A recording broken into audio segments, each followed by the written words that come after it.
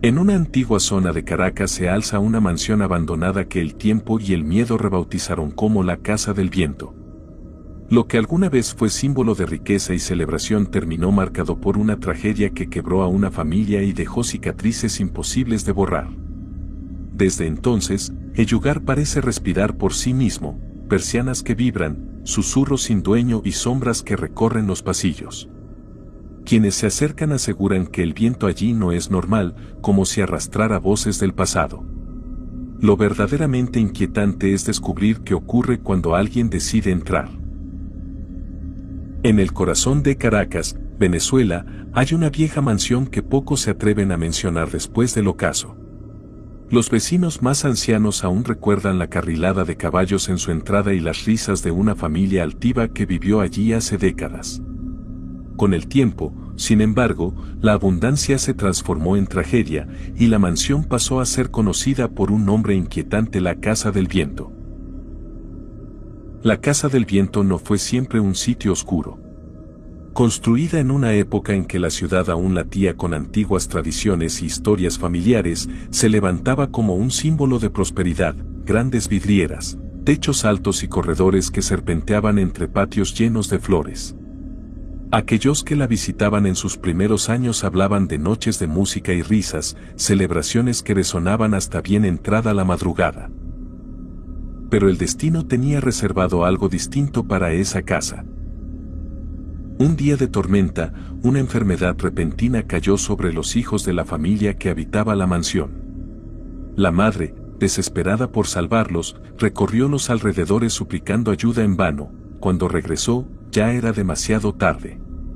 Sus hijos yacían sin vida en sus habitaciones, fríos como la tierra. La señora, tomada por la locura, corrió por los pasillos gritando contra el viento que azotaba las ventanas, como si pensara que el aire traía de vuelta a sus pequeños. Desde aquella noche, quienes pasan frente a la Casa del Viento cuentan que las persianas vibran sin motivo, como si algo invisible las empujara por dentro. Los primeros testimonios comenzaron poco después. Un vigilante nocturno que cuidaba el jardín durante una ronda escuchó pasos leves en el corredor central. Pensando que eran ladrones, encendió su linterna, pero no vio a nadie. Solo extraños susurros se escapaban entre las paredes, como si innumerables voces fragmentadas discutieran entre sí. ¿Quién está ahí?, preguntó el guardia, y las voces respondieron con risas lejanas, espectrales, que parecían surgir del mismísimo viento cruel que entraba por las grietas. Otras personas se atrevieron a acercarse, o al menos eso pensaron. Estudiantes universitarios, escépticos del misterio, entraron una madrugada para grabar un video. Lo que captaron no fue lo que esperaban. Sombras desplazándose por los corredores, como si observaran desde las esquinas. Puertas que se abrían y cerraban solas ante la incredulidad de los jóvenes. Susurros que no pertenecían a ninguno de ellos, tan gélidos que parecían provenir del mismo viento que soplaba sin cesar. Uno de ellos juró haber sentido una mano helada apoyarse en su hombro, aunque estaba solo en medio de un pasillo desierto. Dicen que la Casa del Viento no es solo un nombre, el aire mismo allí parece tener voluntad propia. Cuando la sala principal queda en silencio, se pueden escuchar ráfagas que se deslizan por los pasillos, como si el viento mismo susurrara secretos antiguos y olvidados. Algunos lo interpretan como un eco de las voces de los difuntos, que nunca dejaron la mansión tras su fatal destino. Vecinos cuentan que, al caer la noche, el viento que pasa por las ventanas rotas suena casi como un lamento humano. A medida que pasan los años, las historias alrededor de la Casa del Viento han tejido un tapiz de títere y misterio.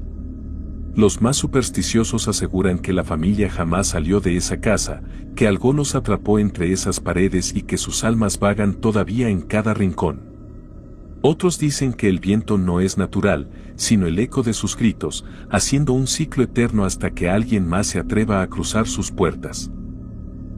Y así, la Casa del Viento sigue ahí, silenciosa durante el día, susurrante durante la noche, esperando a quien tenga el valor de escuchar o de desaparecer en su interior.